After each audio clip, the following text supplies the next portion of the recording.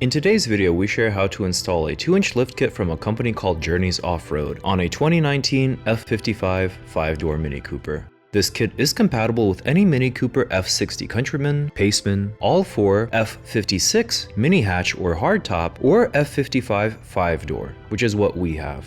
Everyone's reasons for installing a lift kit are different. I won't spend half a day talking about this, but in a nutshell, I want to do a minor off-road build on the Mini Cooper and install bigger tires. I want to mitigate scrapes on my driveway, I drive the Cooper over a rocky road and a lift kit gives me peace of mind, and finally, I think it's badass. You can install a 1 or 2 inch lift kit depending on how big you want to go with the tires. I recommend 2 inches if you want to go with bigger tires. I recommend 1 inch if you simply want to add a bit of clearance when going over obstacles. We cover the installation instructions and include detailed tips for when bolts get stuck, best ways of getting stuck things out, cover the driving characteristics before and after the lift kit, and cover common issues like what can go wrong like creaking after installing a suspension lift kit. We then cover how to mitigate and fix these common issues. The lift kit I purchased came from Journeys Offroad. It comes in 1 inch and 2 inch versions. It comes with bolts, metal sleeves, sway bar links, and spacers. The longer bolts with spacers are for the front struts. There are 10 of these bolts because on some Mini Coopers there are 5 bolts for each strut. My struts only had 3 bolts each, so I had 2 bolts left over for each side. The smaller silver nuts are for the front strut spacers, for securing them to the vehicle. The metal sleeves are for the cross brace in the front if you have one. I did not, so I did not require the metal sleeves, but it's nice that they include them. The silver bolts that are different in color from the rest are also for the front cross brace. Since I didn't have one, I didn't require these, but again it's good that they include them. The adjustable sway bar links are for the front. Be sure to remove the plastic covers before installing the links. I did not know and made the mistake of installing them with the covers, then had to go back to remove the covers. The large spacers are for the front struts. The smaller spacers are for the rear springs. The weird, almost triangular spacers are for the rear shocks. There are 6 final remaining bolts, and those are for installing the rear shocks with the spacers installed.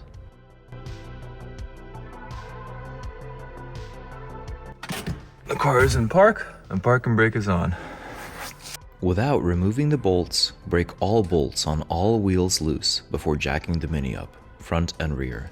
This will let us remove the wheels once the Mini is up off the ground. See my other video on safely and reliably getting the Mini up in the air. The short takeaway is that the Mini doesn't have easily accessible jack points on the bottom unless you jack from the pads on the sides first. And at that point, your jacks are under the pads, so how do you put your jack stands in? So in that video we show you how you can get the Mini off the ground with 2 jacks and 4 jack stands, and 4 wooden blocks if you build wooden blocks, or 3 jacks and 4 jack stands if you don't build wooden blocks. If you don't build wooden blocks, you can use a jack on each side, then the 3rd jack supports the jack point in the middle underbody, while you remove the side jacks and put jack stands there. Repeat that for the rear. If you build wooden blocks, you jack using 2 jacks from the sides, place the wheels on the blocks, then jack from the middle under the body to lift the front or rear, remove the blocks under the wheels, and place the Mini down on jack stands on the sides. We will need to remove the lower control arm bolts later on in this guide, and to gain access to them, we need the underbody panel removed. Remove all of the 8mm hex bolts holding the underbody panel on. If you need a walkthrough on where the bolts are, I made a full-length video here, linked in the description as well. Remove the wheel by removing the 17mm bolts and moving it out of the way. Next, we're going to disconnect the wheel speed sensor. If you're looking at the car at the front left, it is on the right side of the front left wheel, and it looks like it's a Torx T30. Not a lot of torque at all. And it just pulls out. I just applied force to like so. And take this wheel speed sensor, simply work it out with the bracket on the left. Okay, and it simply rotates out. So I simply rotated it out, and it pops right out. And the cable is flexible. Out of sight, out of mind. Next we'll want to The instructions said unseat the ABS sensor, but I only had a wheel speed /1 sensor here. I did not have an ABS sensor. So in case you do, look for another sensor to disconnect.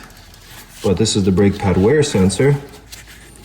Simply going to unseat it from the tab here by pulling this way. Pulls right off like so, this way. And we'll want to unseat the brake pad wear sensor here, just by gently pulling it off like so. Unseat this sensor as well while we're at it. And unseat the brake line. I think these are tabs that we need flathead screwdrivers to pull sideways on to get this off.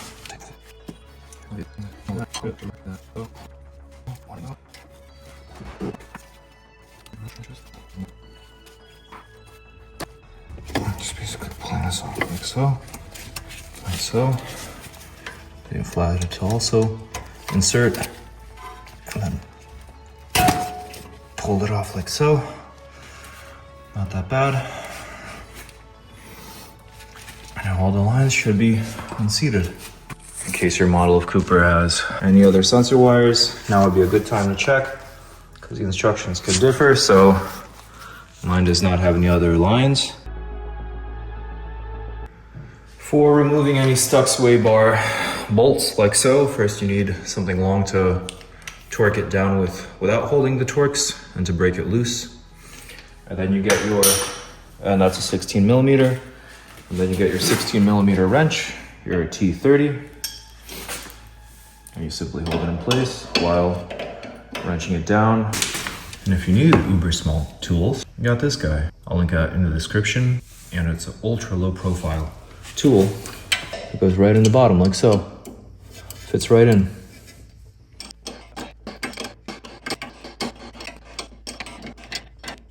We can use a jack under the control arm to push it up a little to relieve the tension and hopefully get it off. Just raising the control arm. So if we raise it enough, it comes right out. And we can safely lower it.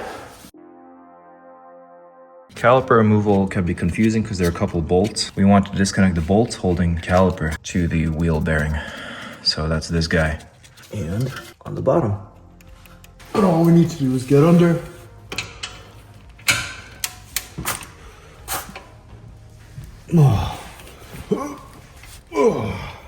That's a good amount of torque. Now before you completely remove the brake caliper, mentally gauge where you're going to attach it. We're going to try to zip tie it somewhere here, safely out of the way, so we'll put a zip tie here. Easy. With the top bolt, it's a little more challenging because it's like, how do you get your 18 millimeter in here without damaging this nice brake line right next to it? And so I think I came up with a way to get the top caliper bolt off. Instead of using an extension like this, we use a double small extension, which is just a bit shorter than this.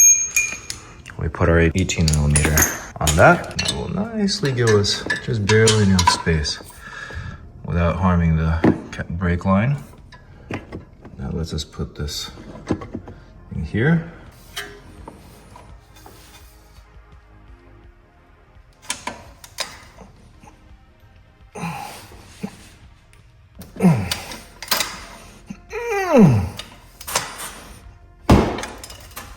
And that helps us break it loose.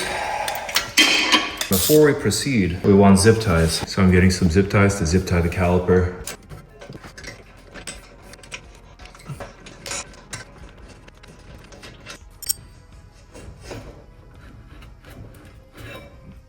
The caliper comes off. Now we want to make sure to safely hang it somewhere here. You might want to prep the zip ties next time. Prep a few zip ties like so. Get another one on here because I've had one zip tie break before.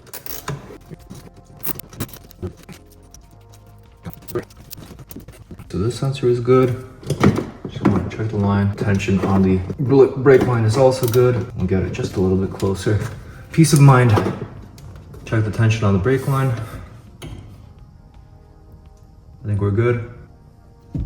Cool. That's how I have it supported.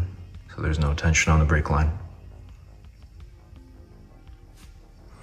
This bothers me a little, but I think it'll be fine. Next, we're looking at the setup here. On the right, we're disconnecting this outer tie rod end from the steering knuckle. It also might spin through. So we will use a Torx T30 inside to hold this inside, to hold the whole thing in place as we turn it.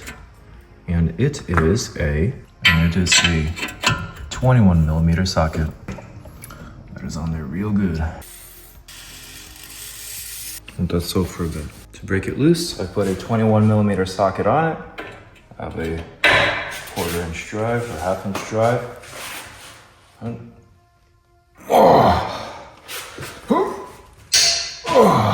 a lot of torque, but eventually it breaks loose. Anyway, we'll take our T30 on a long extension, 21mm wrench. Cool, and the steering knuckle itself just wants to come right down and out. Here's what it should be looking like so far. All the cables disconnected, caliper removed and safely zip tied out of the way. And this lower stuff still connected. The next part is super fun, removing the CD axle bolt. It has a 17mm hex socket like so.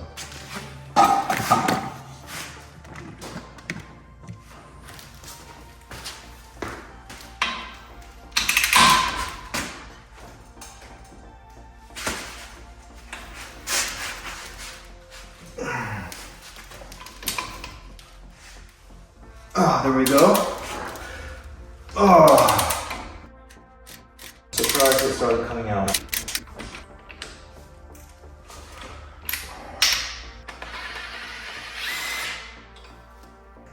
Greasy CV axle bolt. This looks like it's inside. Next, you need a Torx E14. I had this whole collection because I work on Porsches and other German cars and I have this whole specialty socket drawer. So that is the only reason I already had this. Buy all the sockets ahead of time because there's your Torx E14 lower ball joint pinch bolt. That is an E14 on one side and just a regular 16mm on the other side.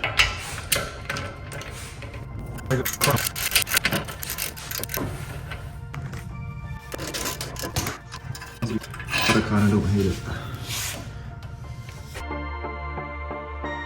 So the company who makes the part in their official instruction video says at this point you remove your ride height sensor from the lower control arm. But I do not have such a sensor. So at this point, if you don't know, we just visually inspect for it, observe, confirm that we do not have it, move on to the next step. Remove it if you do. At this point, the official instructions say remove the bolt holding your lower control arm in on this side. And I assume not on this side. Well, it's probably just like put in there. So the great part is that now we have to, with the jack in the way, now we have to get under and remove the underbody tray. So in edit, I will probably put this at the start. So next we're going to remove the lower control arm bolt. And it's inside of there. And it is an E-Torx. E14. So just do that and hopefully it breaks loose.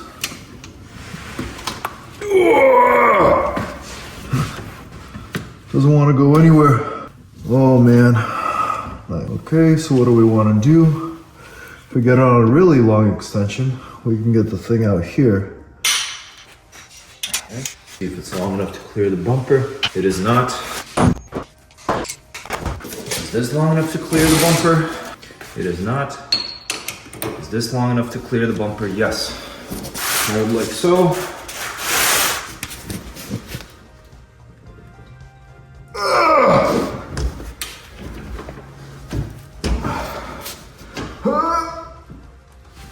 Oh, that's fun.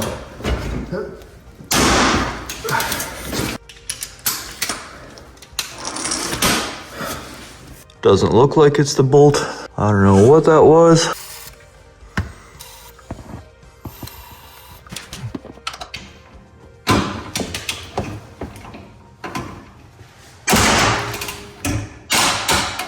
It broke loose. So it is indeed spinning.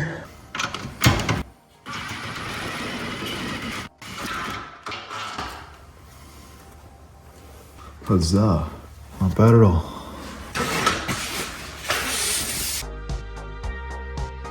With the lower control arm bolt disconnected, that should let us rotate the control arm how we want. We'll need to use a crowbar to slip it out of the bottom here, out of the pinch bolt area thing. Steering knuckle. I think all we're supposed to do is get a crowbar in, try to get it without puncturing any rubber. And there we go.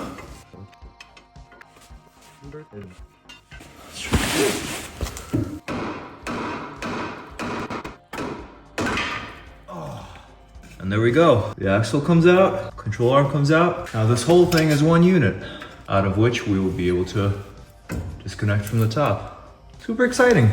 Cool. So once you removed the lower control arm and the CV axle, this whole thing is a unit.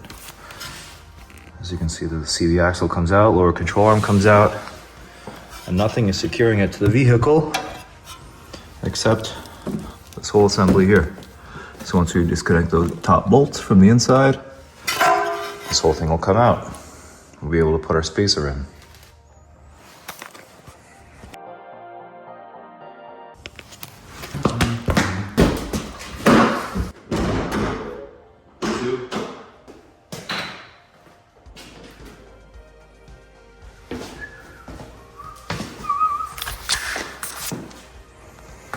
So some instructions say that you need to remove a cross brace that I assume sportier models of the Cooper have, as well as a plastic cowl. This is a simpler model, just a simple four-door, so it doesn't have the brace, nor does it have there should be a rubber cap here, but whatever. But the only reason the formal instructions, the official instructions say to remove, well, not that these aren't the official instructions, is to remove this plastic cowl, because there's other stuff you'll have to reach under there. In my case, I might be able to get away with removing this bolt on this side without removing any of the plastic cowl. Even though it's not difficult, it just takes all we need to do is remove some rubber here, then remove these twisties and it pulls off. But, long story short, on this side, it might be a little less forgiving, but we might be able to use a wrench to break it loose without having to remove the cowl. And it's a whole thing because, it's a whole thing because it's under this. So if the cowl is in the way for you, you might want to remove a couple of these guys, just most of them, and then bend the cowl up. And that way it hopefully won't be in the way of actually getting to these bolts here, because it's not going to be a fun time otherwise, having to remove the windshield wiper and all that, and maybe we'll do a separate video one day. For now, we'll just include this as a chapter of talking about the plastic cowl, and we'll get to removing these bolts. These are 13mm. This one. I'm going to take this one out first, because it is the hardest to reach and we want to leave at least one in place.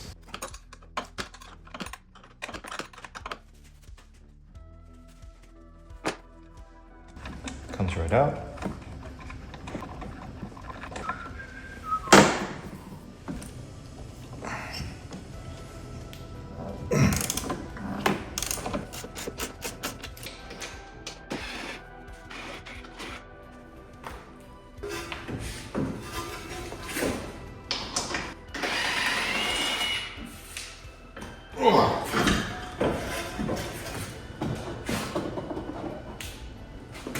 And there we go.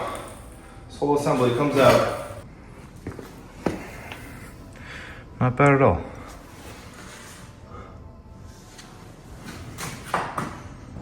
If you are installing with the lift kit, then proceed with the lift kit. See the lift kit video. If you are replacing these strut assemblies, at this point, just loosen this, what looks like an 18mm bolt, a nut combo that's pinching in this assembly. Here, move that. Move that. What looks like a... Nope, it just gets pinched in. It's not a rubber cap. Move nut and bolt combo, and the strut assembly should be removable. Since we are installing a lift kit, not replacing the strut assembly, like in the strut assembly video, we are paying attention to the dimples here. So there are 2 dimples here that the spacer kit also has. And that's for going in and going in through the holes that hold that plastic thing in place. So when I put in the spacer, I'm inserting it from below here. I will want it to line up these existing holes here like so. When we line up the dimples on the spacer with the dimples on the strut assembly, we observe that the studs align with the dimple holes on the left and right there. We observe that all the holes will line up. There's 1, there's 2, there's 3. So 3 holes line up, the dimples line up. That's how you align the spacer here. Out of the installation kit, we take 2 of the provided nuts that we have there. And the same way this went before, and wire these nuts so that we can actually thread them on. Nice and easy. These old bolts are gonna go, but let's get bolts that match from the kit. Lo and behold, there are 6 longer bolts that will be going in like so. Cool. I'm glad that fits out of the way of the cowl. 17. They are 17 millimeters. You don't need to over torque it, since they are for alignment anyway.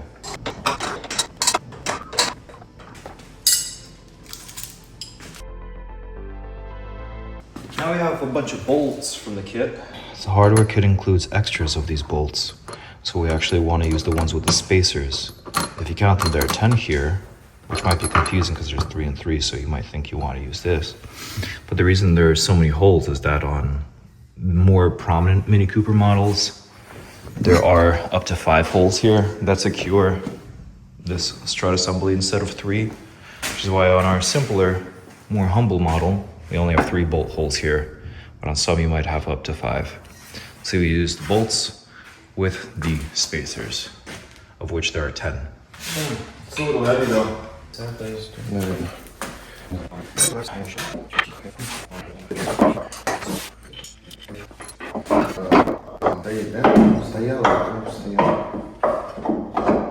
Все, села, держи.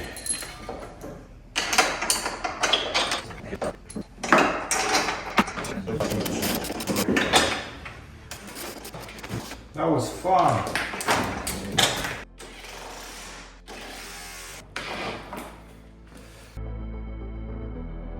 At this point, if you have a front strut cross brace, then we reinstall it into this bolt hole, using the long silver bolts and the black metal sleeves. Also reinstall any plastic cowls you may have removed to gain access to the bolts here at this point. At this point, we're done with the top, now that the bolts have been nicely tightened down, and we proceed with reinstallation. The first step of which is going to be to reinsert the CV axle here, and to reinsert the lower control arm into the pinch steering knuckle part here.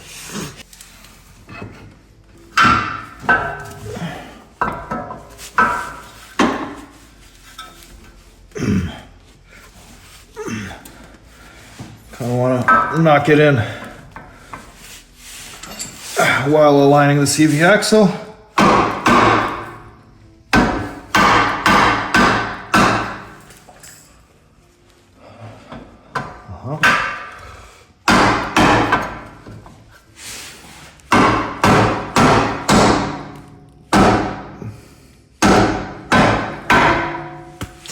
Like so.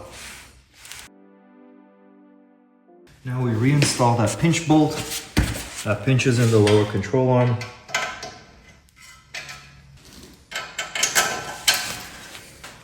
$16mm nut and E14.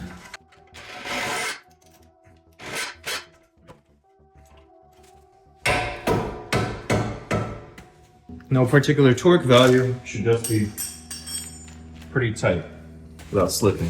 That is pretty tight. Now we reinstall while making sure the CV axle will still be reinstallable. I'm looking through the middle hole here. I want to make sure. Install this guy into the steering. Like so. Not horrible. We see it's all rusted here, so let me put some anti-seize on it. That ought to do it. I'll grab the other threads. And this is our 21mm friend.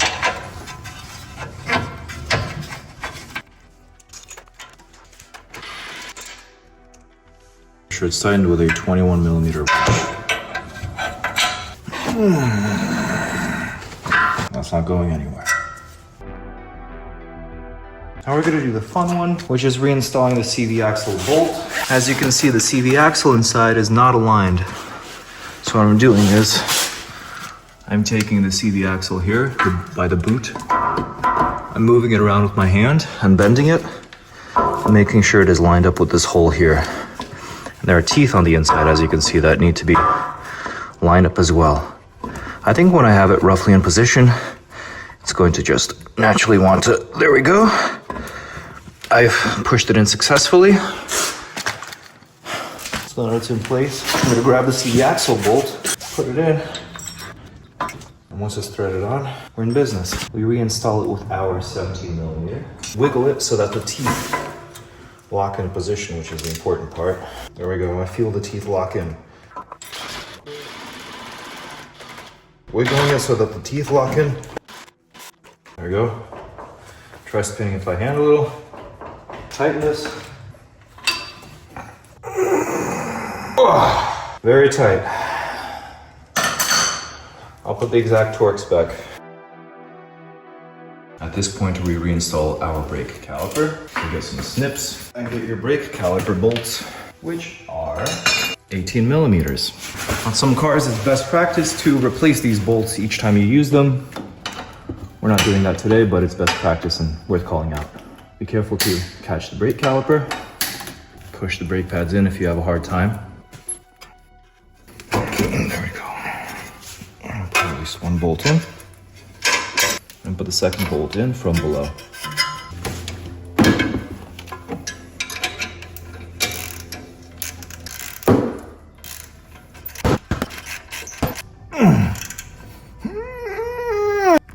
To make absolute sure the brake caliper doesn't fall off.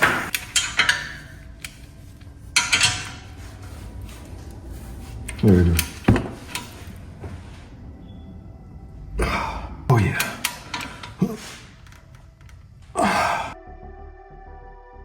If you had a ride height sensor, now is when you reinstall it into the lower control arm. So now let's reinstall this brake sensor line. There we go. This is our wheel speed sensor. I'm observing there's a bit of extra stretch in the brake wear sensor here. So I have trepidation about just simply plugging it in here. And the brake line, I don't know, because it's a little bit too much bent here, but nope, it goes right back on. We're good. I'm gonna leave the wear sensor a little bit extended like this, because if you lock it in here, it causes a little bit too much tension in here by yanking it on this thing, and that makes me uncomfortable. So what am I gonna do? I'm going to zip tie the brake wear sensor here so that there's not too much tension caused by stretching it upwards here. Worst case scenario, this hops off and then maybe a dangling brake wear sensor, but we're not gonna risk destroying it. Or we're just getting it into a simple mount here. And that's better than stretching this cable to fit the mount there. And then to properly reinstall the wheel speed sensor in the original mount. We pull it through, goes from below up, like so. And it's locked into the bracket upwards, like so. wheel speed sensor. It simply gets plugged back in like so. We'll fasten it into place with our T30.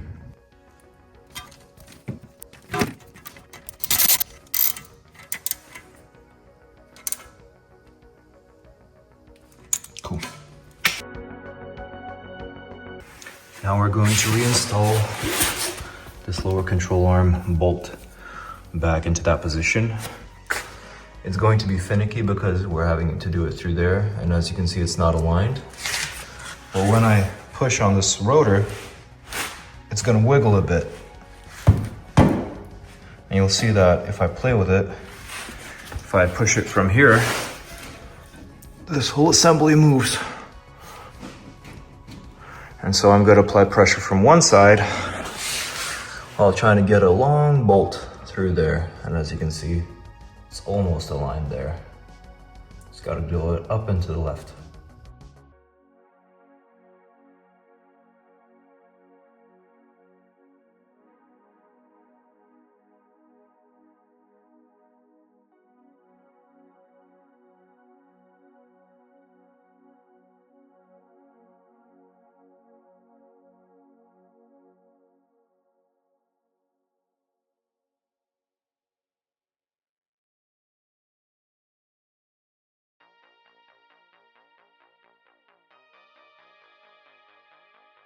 And with that, the bolt is in. Wasn't too horrible. Gotta get one guy to push, the other guy to bolt it in. Next is the sway bar link, and we need the aftermarket replacement. We want to install the adjustable sway bar links. One of them is reverse threaded, the other one is normal threaded, so when you hold these two, spin it in the middle, it expands the whole mechanism. Comes with its own two new nuts, and we're using a jack under the lower control arm to push it up a little bit. Just worry about the top one, then we'll worry about the bottom one.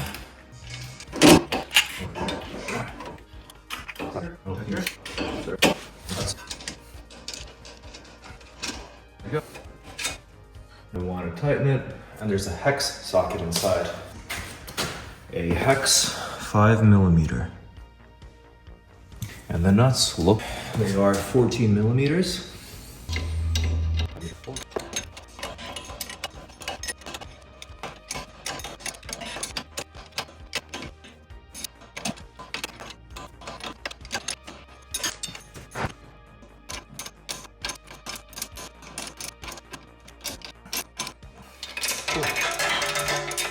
Last but not least, we need to tighten these nuts on the adjustable sway bar link so that it doesn't remain adjustable. I mean, I guess we will see, but we will learn. So now we just take these nuts, move them down on the reverse threaded one, 17mm, I believe. Hold the bottom, and then just, you don't need to over torque it. And similarly, grab the bottom nut, tighten it to be against the sway bar link.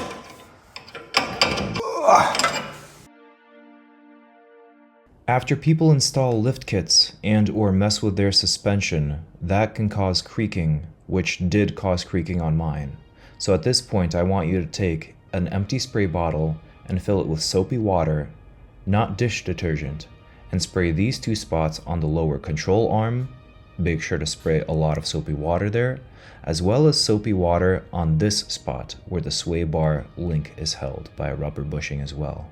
Last but not least, spray your soapy water on where the top hat turns, or where the strut turns inside of its assembly here. Doing so fixed all of my creaking issues. That, along with adjusting the adjustable sway bar links to the proper height.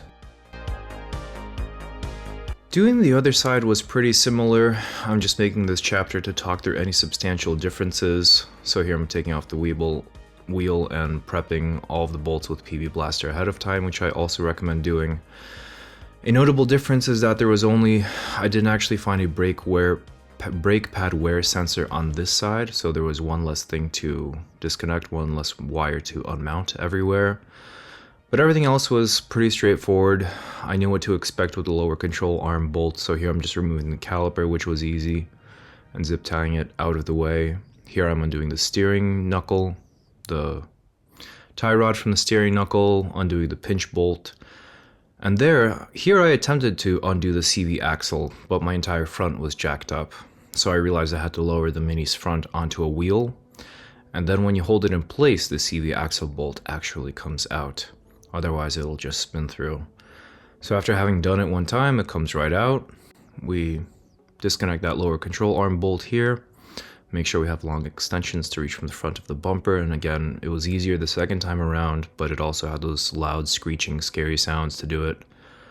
But once we get that out, here we're just crowbarring the lower control arm out of the pinch spot on the bottom here, getting my dad to help a bit with undoing the bolts at the top while I catch the whole assembly from below. So just wrenching around the plastic cowl here. So I go caught it there, installing the spacer together, and then pretty much the rest of the installation procedure is similar. Getting the lower control arm to align, the bolt hole to align, was a little bit more challenging on this side, but not substantially so. Just mentioning it to be thorough, it took a bit more effort and a bit more pressing on the rotor to get it back in. But once we did, everything goes back together, the CV axle gets reassembled, everything goes back in, the caliper goes on, and it was all pretty straightforward at this point. No substantial differences between the left and right sides on the front. At this point, we reinstall the front underbody panel.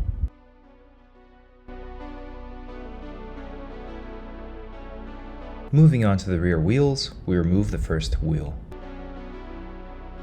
So now inside there's a wheel well liner, and we're going to remove the nuts that secure it around the rear shock here. We're not going to take the wheel well liner off unless you really want to, but we're just going to bend the wheel well liner back to reach the bolt holding the shock. And these are 10 millimeters.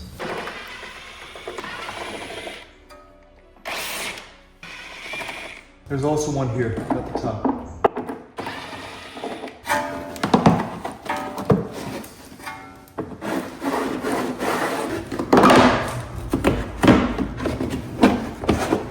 Like so.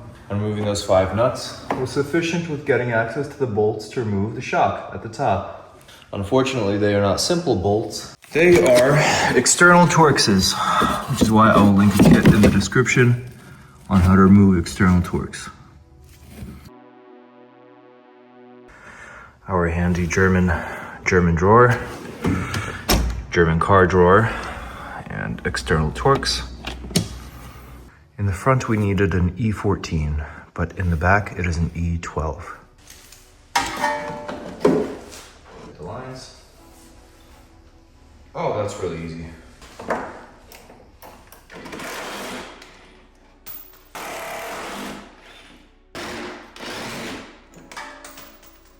Easy. To remove the bottom shock bolt, it is a 16 millimeter. Yeah, it wants to compress it sooner than break loose. WD-40.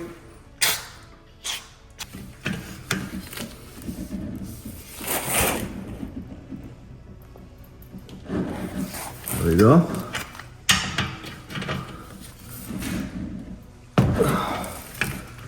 Using quite a long breaker bar, like so. There we go.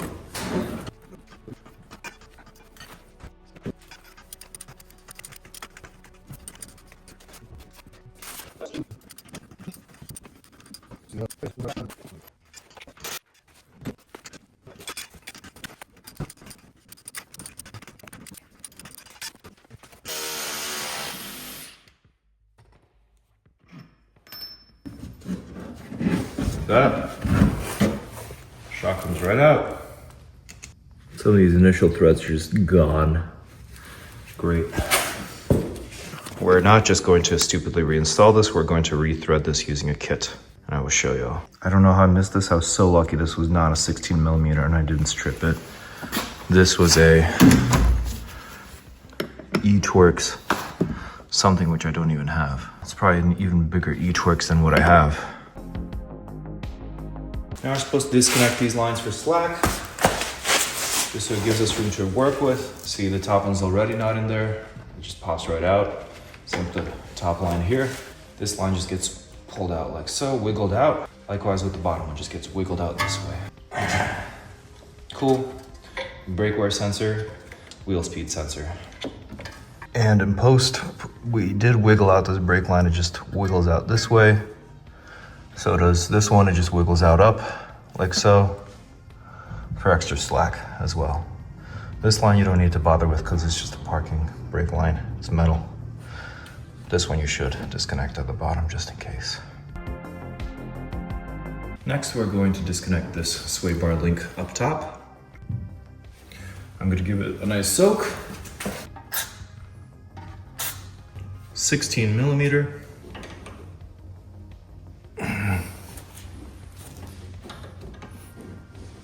Oh, and with that, it broke loose. It is a T30.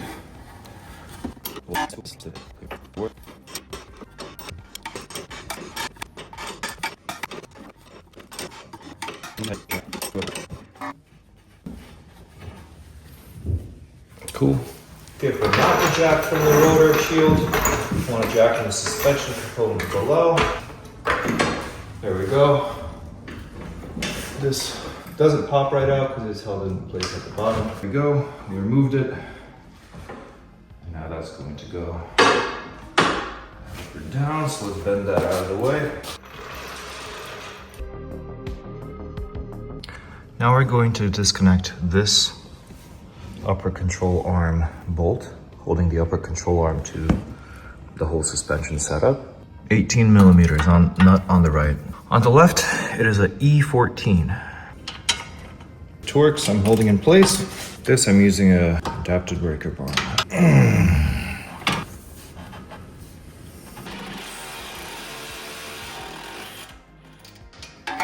There we go.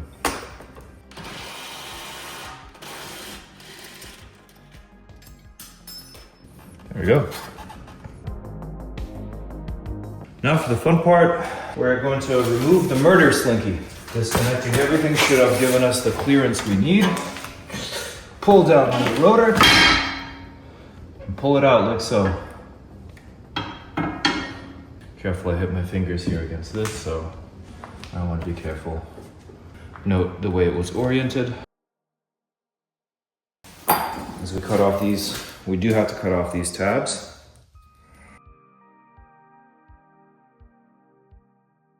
After you cut the locating tab or tabs off, you're supposed to use silicone lubricant or some sort of other lubricant to install the rubber back onto the spring and the whole thing onto the spacer. The rubber should be oriented the same way it came off, but yeah, this is I struggled with this step a lot, and twisting it on helped a little bit, but basically you're supposed to struggle with it for a while. The silicone lubricant would dry out periodically, so you have to respray it, and the original instructions don't warn you about this. So the best I got it, I think I got it pretty good. The spacer goes in at an angle here, but then it gets most of the contact. And the thing at the bottom is mostly inserted. So that results in a curve like so. Spring is kind of curved this way. So that means we want it to go how the vehicle would bounce on it. Just like so, roughly orienting how the spring already was. I struggled with this part too. The original instructional video makes it look easy, and eventually you get it, but it takes some practice. You need to basically carefully crowbar it. I bought some spring compressors, but I recommend not using them because they just make it more dangerous, and also the spring compressors didn't actually substantially help. With one hand you push down on the rotor and get the spring loosely seated, and then you get a crowbar and push against the Torx bolt on the right to help push everything down. And that kind of gives you more space, and then with your left hand you're supposed to twist and turn it into position. It takes finessing, it takes strength, this is a little frustrating, it doesn't immediately happen, and yeah, be prepared, morally, mentally, physically. But you got this. So I eventually got it in. I basically crowbarring against this torque bolt at the top, while pressing on it with my right arm, having the crowbar stuck in there, wiggling with my left arm, and then both arms wiggling, basically wiggling the spring. It got caught on this rubber at every point. I would just shift it over, get it on, and when it's mostly on, you grab it with both hands and gloves and wiggle, rotate the spring so that it seats better on this and seats better at the bottom here. Now to reassemble, I'm going to put a jack underneath, not the rotor shield, but this blower control arm. The jack against that, because the upper control arm came out completely. Now it's angled wrong too. See, it's going down this way, but the bolt holes are, these guys are going this way. So when we try to put it in, it's going to be more difficult. So we're going to see how that goes. And yeah, let's proceed with reinstallation. We take our shock, and we're supposed to take this plastic off and discard it. Cool. Then we do this. Cool. Then we do this, and then we're supposed to reinstall the shock at the top, like so, using these long bolts without spacers here, like so. And these bolts are 10 millimeters. From the left side, you can kind of see where everything for that first bolt is.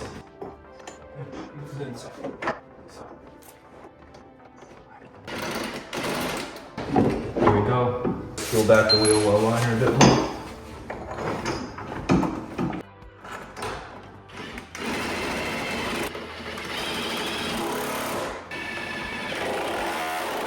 Now I'm just going to tighten those guys up. If you will recall, they were not super tight before, which makes sense because the vehicle's weight is basically securing these in. So all they do is they hold it in position. Yeah, there's not much tightening left to do. They do not have to be super tight. You don't want to strip them. So here we need a 16 millimeter that I don't have. I'm checking that the shock's not crushing the wires on this side. And where do I want it? I want it aligned here. So I'm just getting a jack and jacking such that the spring gets a little compressed and aligns with this. Here we go. Almost there, like so. Looks aligned more or less. First off, I really struggled with this bolt because the shock went this way and the bolt hole went this way. So alignment was an issue. Eventually, I got it in, but I had to retap it. But another problem was that the bolt and hole were very rusted. I used a tap and die set, and I believe the threads were M14 x 1.25 on both the bolt, and I used a drill bit adapter to put the tap onto the drill bit and then drill into the existing hole, and that let the bolt actually go in. After persuading the threads to get re-emphasized on the hole, I lubricated the bolt and then quickly re-encouraged the threads on the bolt as well, as shown. You have to be really careful at this step, especially on the hole, because you don't want the threads stripping and you don't want the bolt falling out and the shock falling out. So after you put the bolt in, you definitely want to make sure that the threads are good. As you're tapping, you still want to make sure that the threads are good again so that the bolt doesn't come out. Talking in circles, but it's important to reinforce that you want the threads to be good. And when you actually fix the threads, clean away the rust and stuff, the bolt goes in no problem and stays in. You can kind of pull on the shock to check. Now we're supposed to use a crowbar to leverage this down or move this up to reinstall this upper control arm in this bracket here. Not forgetting the metal bracket that came off. This guy.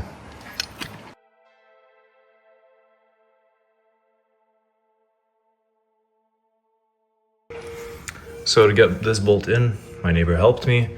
Basically, you need one guy to pull on the rotor a little bit, while the other guy crowbars the right side so that the holes align. Then you gotta yank on the rotor, hammer this guy in with a rubber mallet while this bracket is on the bolt, and you're putting it through and you're malleting it through. And it takes a bit of finessing. You gotta pull down on this while you push down on that, mallet it in, pull a little out on this to get this line up, and it's a whole adventure. And you can use a crowbar on the right side when this side doesn't line up, but this side did. And eventually, 10 minutes later, we managed to get this bolt back in.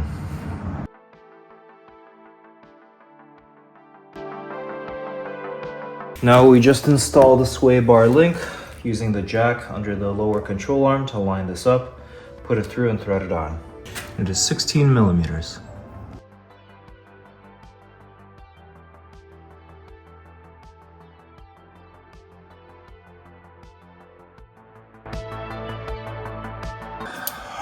Now above and below, we'll reinsert the lines where they can go. Like here, these guys go back in, but at the top we see that they won't go back into those mounts, which is okay. And then we'll reseat the brake line in the back where possible, but not give ourselves a hard time about it. And if they don't go in, you can use silicone lubricant to grease them up before they go in.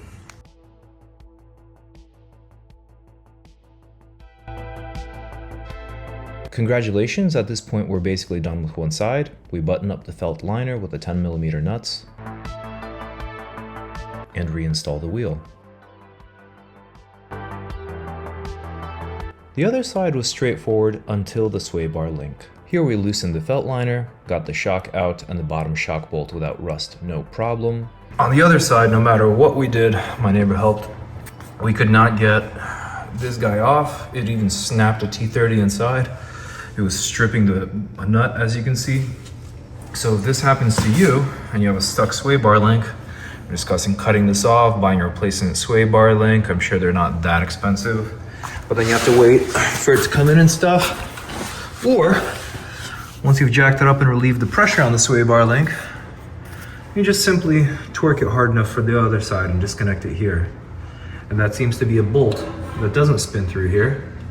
So that lets you disconnect a stuck sway bar link if in the rear you have difficulty getting it off. Quick tip, but now that lets us bend it out of the way. Docile, you know, work with it. Don't need to disconnect that one at the top and cut it or anything. With that said, getting the spring out was easy again without the spacer.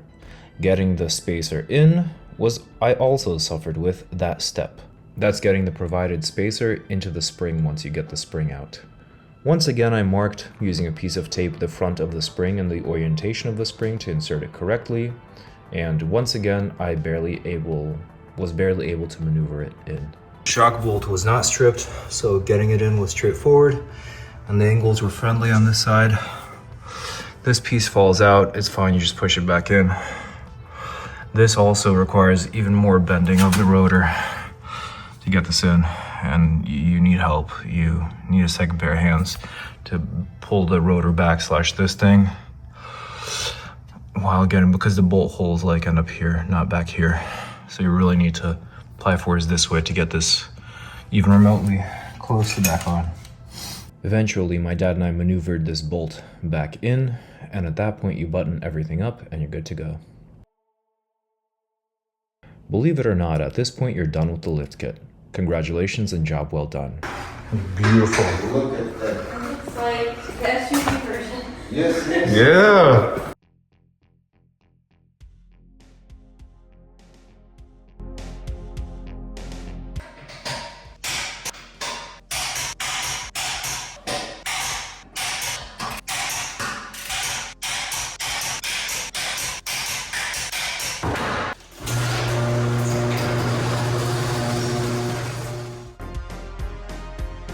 Saying that about the lift kit, how the Mini Cooper is driving? Yeah, Mini Cooper has very good driving characteristics. It feels as if you are driving a large car, very responsive to everything. It's like shoo shoo, right there, here, and not like a wobbling like some Kia or Hyundai. They feel like a ship, you know. You wiggle, Like a big boat. You wiggle, yeah, big boat. Right, off-road test. Just the front lift. Oh, a piece of cake. Now there's actually clearance on the stuff. In the front, that is. handles just fine. I assumed there would be more rigidity, but I feel the suspension totally, you know, doing its thing. Maybe a little bit bouncier, but nothing to complain or write home about. There he is. Do you like it? Want to see how it handles? I'll let Dad have the honors. Ты сам все сделал? Да. Так, ну это автоматик, да? Да. Reverse and other tools. Not a big difference.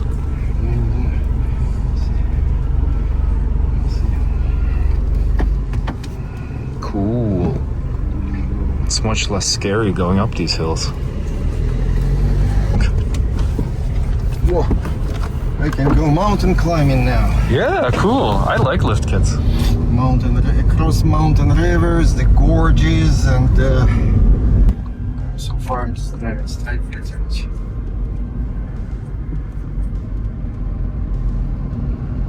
I have a before video.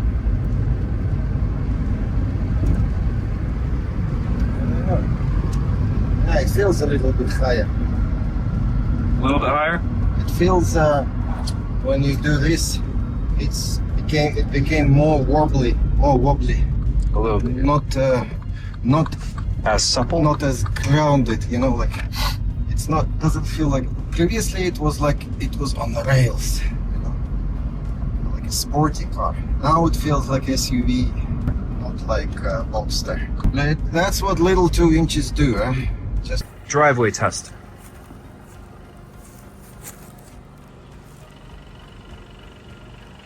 The back has not been lifted. Straight up. Nice. I didn't really talk about this while driving because I was focused on getting a feel for it, so I'm doing the results in a voiceover. After lifting the front 2 wheels, we observed creaking from the left and right front wheels.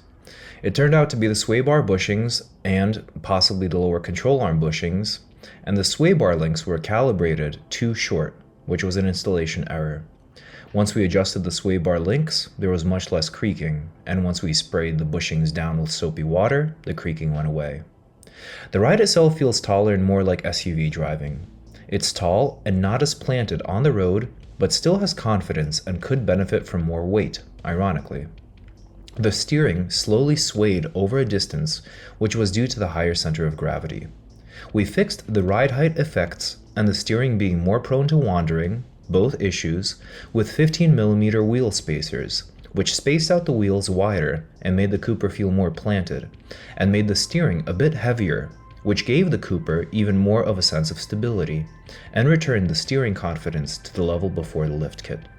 Stay tuned for the next chapter, where we go into detail into the fixes. Overall, if you like SUV driving, this is perfect for you. I was looking to make the Cooper feel taller on the road and have more clearance, rather than live with another small car, since we already have a roadster. So these results were what we were looking for. As mentioned earlier, you might experience creaking immediately after you install the lift kit, especially on the larger 2-inch lift kit. This is mitigated by properly adjusting the sway bar links in the front.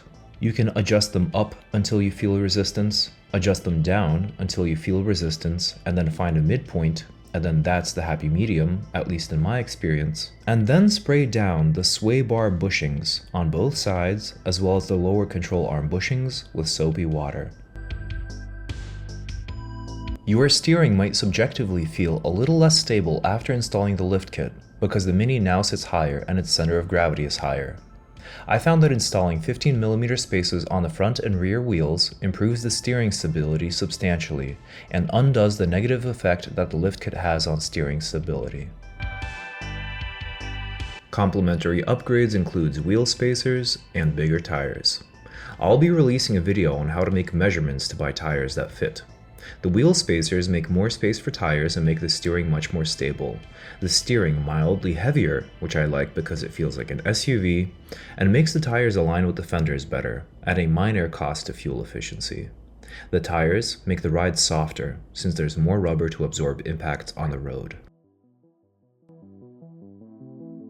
Also see my channel and Mini Cooper playlist for all maintenance videos and for the mild off-road build. If this has helped, please consider a super thanks on the video for the time spent making this video and consider subscribing. Thank you.